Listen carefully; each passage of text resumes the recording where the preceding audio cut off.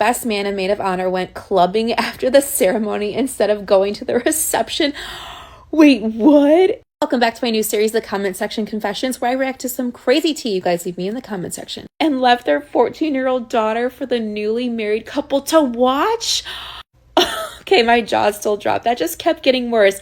I thought I was going to say they went clubbing like after the reception, like after the wedding. Okay, fine.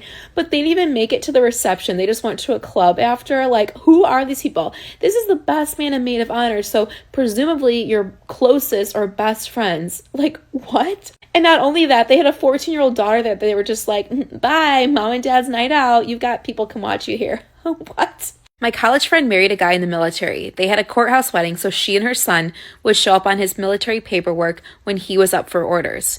They had already planned a wedding to share their happiness with family and friends for a few months later. I showed up early to the venue and went to see my friends from college who were getting ready. Her mom seemed like she was already half in the bag and loudly and rudely says, "Are we ready to get this dog and pony show on the road yet?" Like, tell me you're not happy for your daughter without telling me you're not happy for your daughter.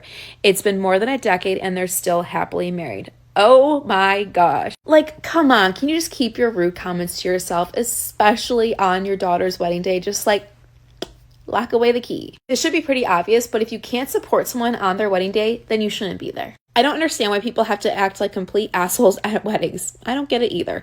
My mother-in-law brought one of her best friends to our very small wedding.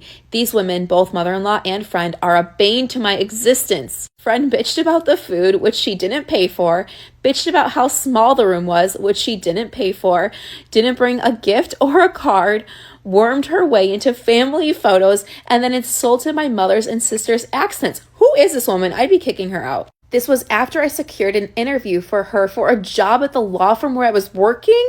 What? And she blew off the interview, just didn't show up. Mother-in-law never told me she was bringing her. I didn't appreciate it. So this happened all before the wedding? Oh my God, this is crazy. Oh, and she made a snide comment about how plain the cake was. Oh my gosh. Does anything make this woman happy? Which was a whole other issue. Bakery gave my cake away and the replacement was completely not what I had designed, nor the cake itself, what I picked out. And then they had the audacity to charge me for it. Whoa. After reading the first half of this, I couldn't care less about the cake. This woman needs to go and she should not be at the wedding or allowed to be there. And why is the mother-in-law bringing a random woman to your wedding? Like, that's just not okay. Again, if you feel the need to say something at someone's wedding or judge it, close your mouth, wait till you get home. At my son's wedding, they were uninterested in a religious ceremony because neither of them was religious. But her mom wanted a minister.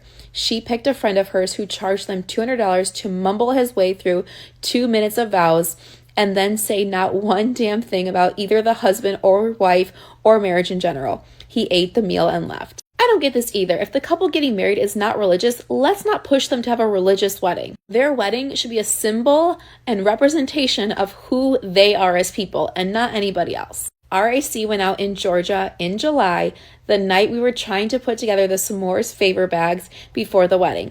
If they melted, no one complained, but at the time I was so stressed about it.